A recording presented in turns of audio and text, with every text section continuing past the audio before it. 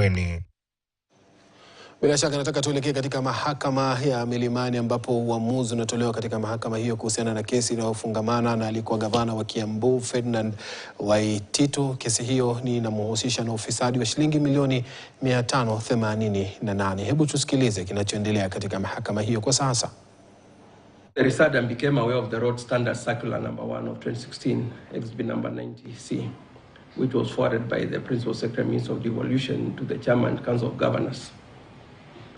He also forwarded the circular to sub-county engineers and the other accused person, the chief officer at the Department of Roads. At the same period, the other accused was working on the cabinet paper of the new technology in line with the governor's proposal.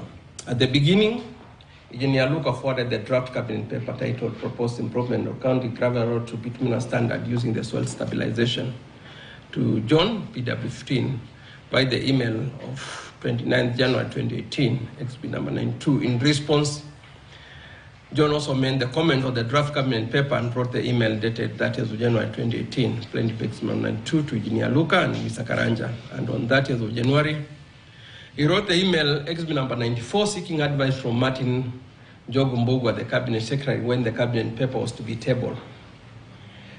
This was the last time that John heard about the matter, since there was no reply from the cabinet secretary. He was never availed the opportunity to table this cabinet paper before the County Executive Committee for discussion and approval.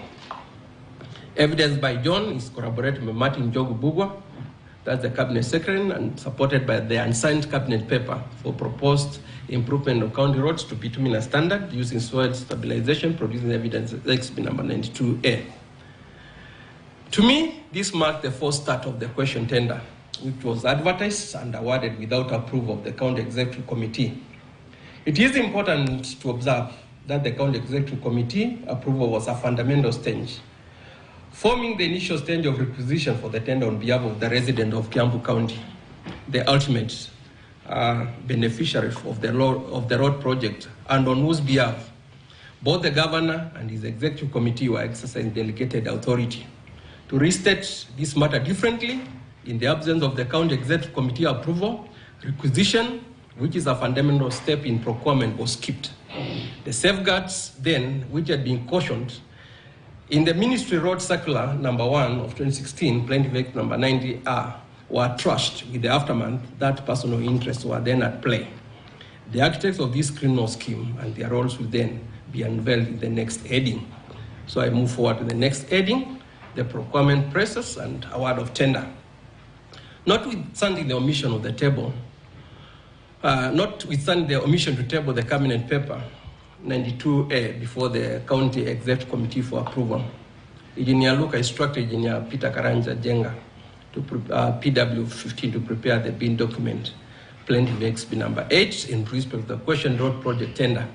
Next, the tender was advertised. The advertisement is confirmed by the adverts contained in the Daily Nation paper of 10th February 2018 and Business Daily of 12th February 2018, produced as plaintiff X number 3A and B. The primary document on the criteria for the tender was the bin document, plaintiff X number 8, uploaded by the prospective bidders from the Kiambu County Government website, www.kiambu.go.ke. The criteria is related at page 29 of the bid document. And I'll not repeat the criteria again, you'll be able to see it. The accused Engineer Luka Wainya admitted the role of the appointing the tender open committee and the tender evaluation committee. Up to that stage, all seemed well until the tender evaluation committee made its report dated the 5th of February 2018, as per plaintiff XB number 7, should be 7B. 7B.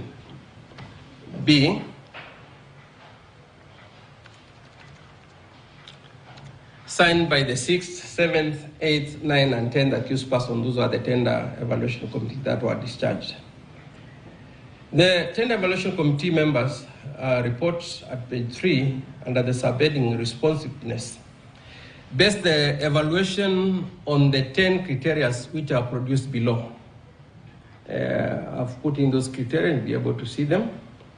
And on careful comparison of the bid documents, That was the primary document for the tender, exhibit number 8, and the tender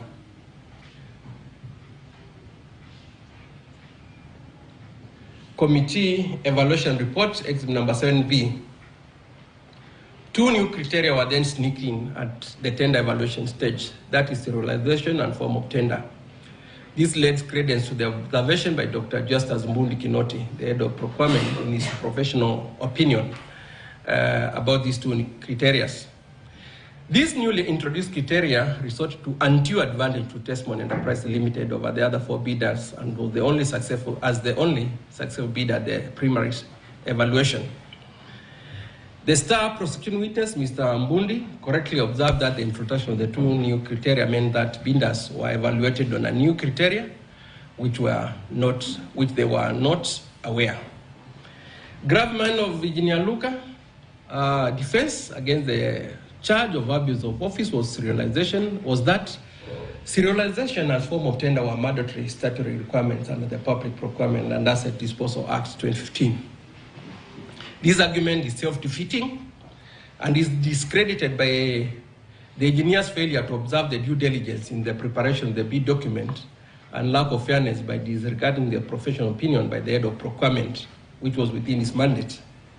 The head of Procurement had recommended a re-evaluation of the tender by the same committee or a different committee in accordance with provision section 46(4)(d) of the Act. This was the opportune moment to correct the anomaly pointed out by the head of Procurement. The summary rejection of the professional opinion is contained in the there accused handwritten notes in blue ink bearing the words due procurement process had been followed to the letter. Few issues noted above cannot affect the outcome even after evaluation, and therefore I hereby award the tender to Messrs. Testimony Enterprise Limited, quote, and head of court, words of the accused person, Engineer Lucas. Na bila shaka hiyo ni kesi ambayo inafungamana na aliyekuwa gavana wa kaunti ya Kiambu Ferdinand Waititu, ambapo anahusishwa na ufisadi wa shilingi milioni 588. Ameshtakiwa yeye pamoja na mkewe. Jaji anaendelea kuelezea kesi hivyo ilivyozungumzwa, mawakili walivyowasilisha hoja zao, na baadaye atakuwa anatoa uamuzi wake iwapo atakuwa yupo huru ama atakuwa anapatikana na hatia ya kuweza kufanya ubadhirifu wa shilingi hizo milioni 588 akiwa gavana wa kaunti ya Kiambu. Kufikia hapo mimi sina la ziada. Na nikushukuru sana mtazamaji kwa kuweza kutazama taarifa hizi za yanayojiri. Mwenzangu Dennis Aseto na kikosi kizima cha taarifa za News Desk akiwemo pia